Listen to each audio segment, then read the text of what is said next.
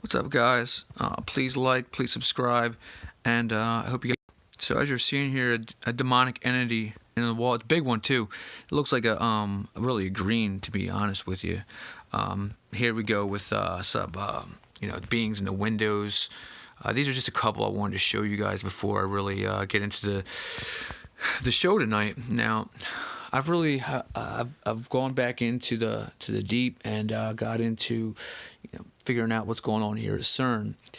And now I've listened to some Anthony Patch, and I've done some reading.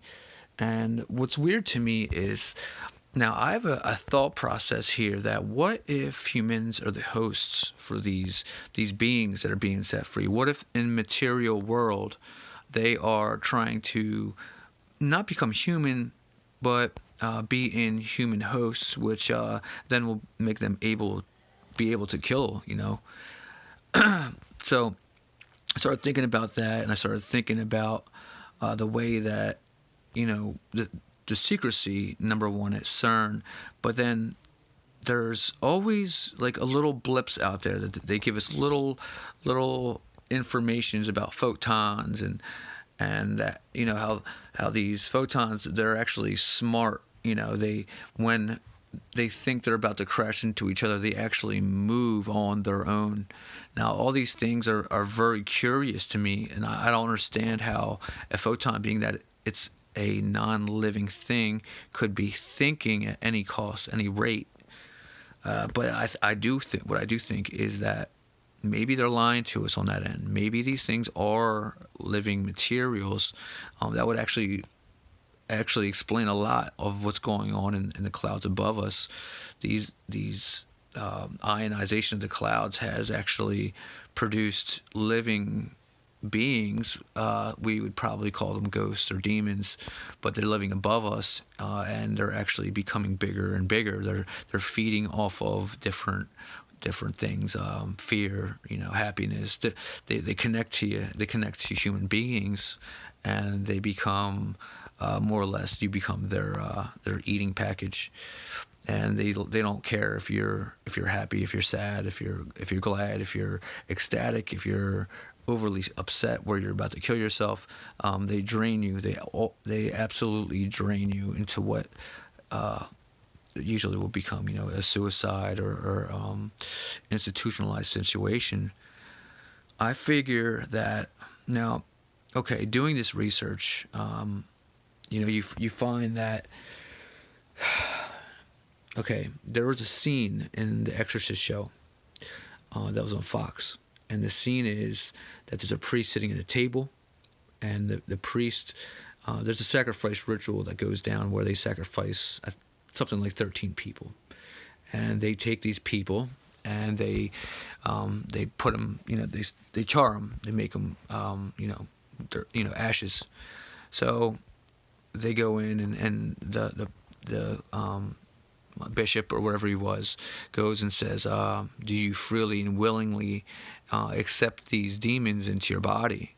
And everybody's like, yes, me, pick me, pick me. Everybody's excited and wants the demon to be inside of them.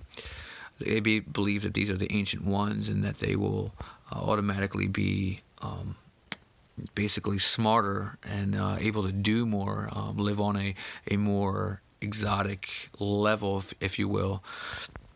Now that show, I'm not saying that it is completely true, but what is true is the ritualistic behaviors of the church. I can definitely attest to that. I was in Catholic school in my young life, up until 4th, 5th grade. I was in Catholic school, so I know what they're referring to. I'm not saying that I've seen anything like that, but I do honestly understand what they were saying in that show.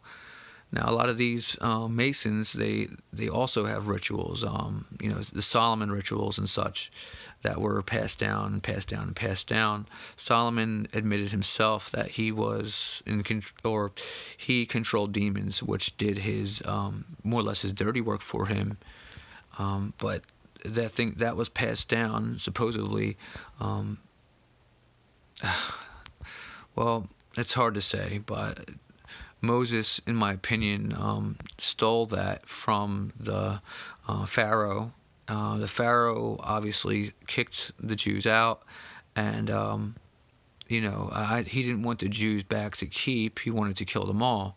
The only thing that I could think of that would warrant that type of crazy would be that he stole after this man's the Pharaoh's son had been killed, and different plagues had overtaken Egypt.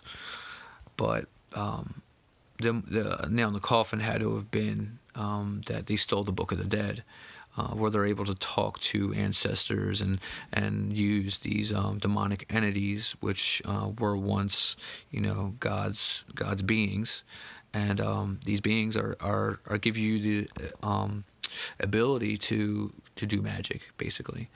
And with that, you can conquer empires. There's a lot you can do. Let's just leave it at that. Now, what I'm getting at here is it would seem that you would freely and willingly have to want to invoke a demon to get inside of you. A lot of people have to fight against them. We've heard different stories, the Annalise and different stories. But more and more, we're seeing more and more demons, which these demons are very good at getting inside your head, giving you dreams and giving you different visions that make you believe that you're chosen or warranted to be able to speak on a level, an uneducated level at that, about God and about the times that have passed. And that's why I'm trying to be very to the point here, and not as bland as I usually am in this area. But this is very important to understand here. So there'll be a part 2